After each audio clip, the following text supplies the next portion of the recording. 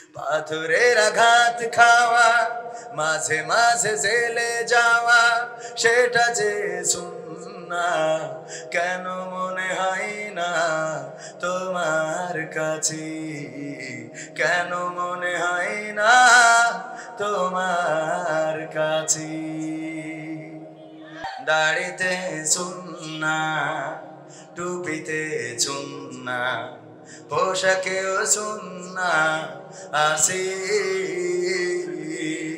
পাথরের আঘাত খাওয়া, সেটা যে সুন্নাহ, কেন মনে হয় না তোমার কাছে? কেন মনে হয় না তোমার কাছে? নবীর প্রেমে তুমি দাওয়াতে তাবলীগ ধারণ করেছো বুকে, সেই তুমি আজ কেন জুলুমের প্রতিবাদে আওয়াজ তোলো না মুখে? নবীর প্রেমে তুমি দাওয়াতে তাবলীগ ধারণ করেছো বুকে, সেই তুমি আজ কেন জুলুমের প্রতিবাদে আওয়াজ তোলো না মুখে? মেসওয়াক করো তুমি রোজ প্রতিদিন, সেখানেও সুন্নাহ আছে। পাথরের আঘাত খাওয়া, মাঝে মাঝে জেলে যাওয়া, সেটা যে সুন্নাহ, কেন মনে হয় না তোমার কাছে? কেন মনে হয় না তোমার কাছে? মিলাদুন নবীতে বড় সোচ্চার তুমি, নাকি দেখানো লোক? সেই তুমি জানলে না আমার রাসূল ছিলেন সফল রাষ্ট্রনায়ক। মিলাদুন নবীতে বড় সোচ্চার তুমি, নাকি দেখানো লোক? সেই তুমি জানলে না আমার রাসূল ছিলেন সফল রাষ্ট্রনায়ক। উহুদের ময়দানে দাঁত ভাঙা ঘটনা তোমার কিতাবে কি আছে? পাথরের আঘাত খাওয়া, মাঝে মাঝে রিমান্ডে যাওয়া, সেটা যে সুন্নাহ, কেন মনে হয় না তোমার কাছে? কেন মনে হয় না তোমার কাছে? ঠিক না বে ঠিক? আপনারা আর কথা বললেন না, আমি বলবো ইনশাআল্লাহ।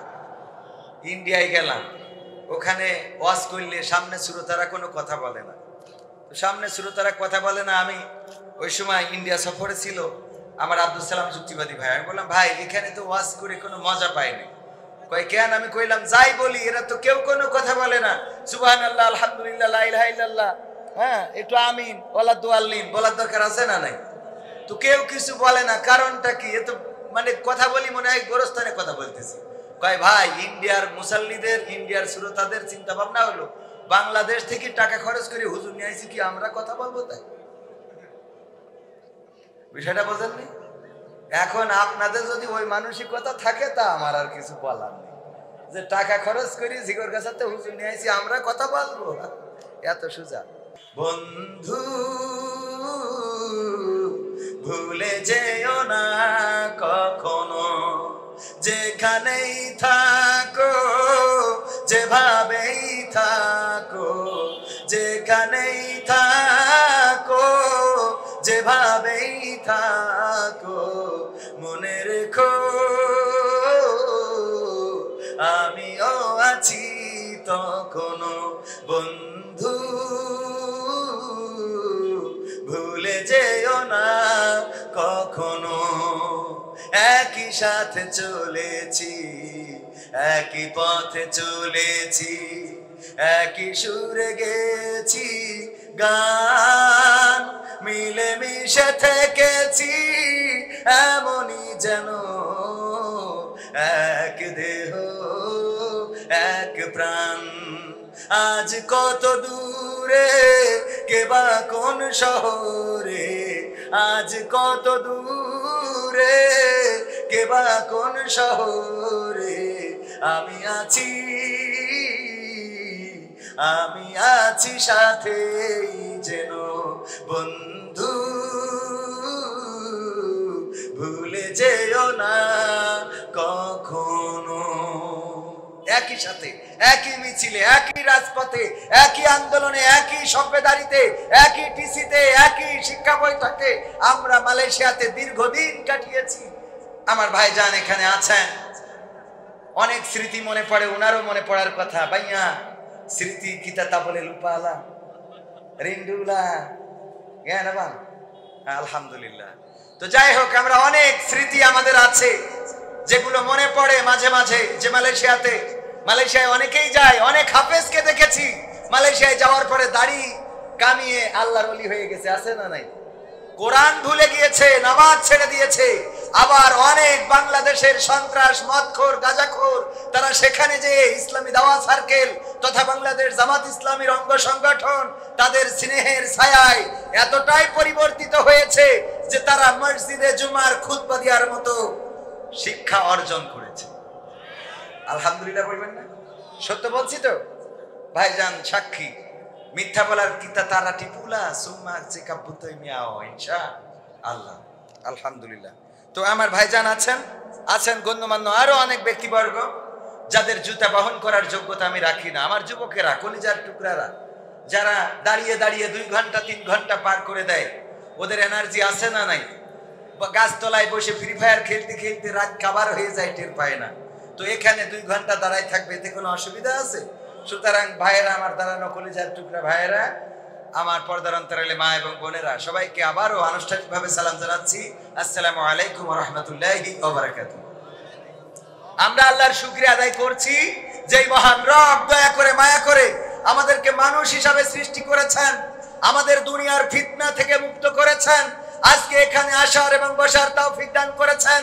সেই রবের শুকরিয়া আদায় করে সবাই জোরে জোরে বলছি আলহামদুলিল্লাহ। আর একটু জোরে বলা যেত না? বলেন আলহামদুলিল্লাহ। আমরা শুকরিয়া আদায় করতে এত কার্পণ্য বোধ করি, অথচ একটা কুকুরের দিকে তাকিয়ে দেখেন। আমার রেজাউল ভাই যদি একটা কুকুর পোষে, এই কুকুরটারে কি পোলাও বিরিয়ানি খাওয়ায়? কি খাওয়ায়? বাড়ির উচ্ছিষ্ট যেইগুলো সন্তান খেয়ে পারে নাই, অথবা গরুর, আজকে মা বক্তাদের দাওয়াত দিয়েছে, গরুর গোশত, মুরগির গোশত আছে না নাই, এইগুলোর হাড়গুলো যেগুলো উচ্ছিষ্ট থেকে যায়, এইগুলো কুকুরকে খাওয়ায়। এইটা খাওয়ার পরে কুত্তা সারাটা রাত আমার রেজাউল ভাইয়ের ওই গেটের ওখানে বসে থাকে।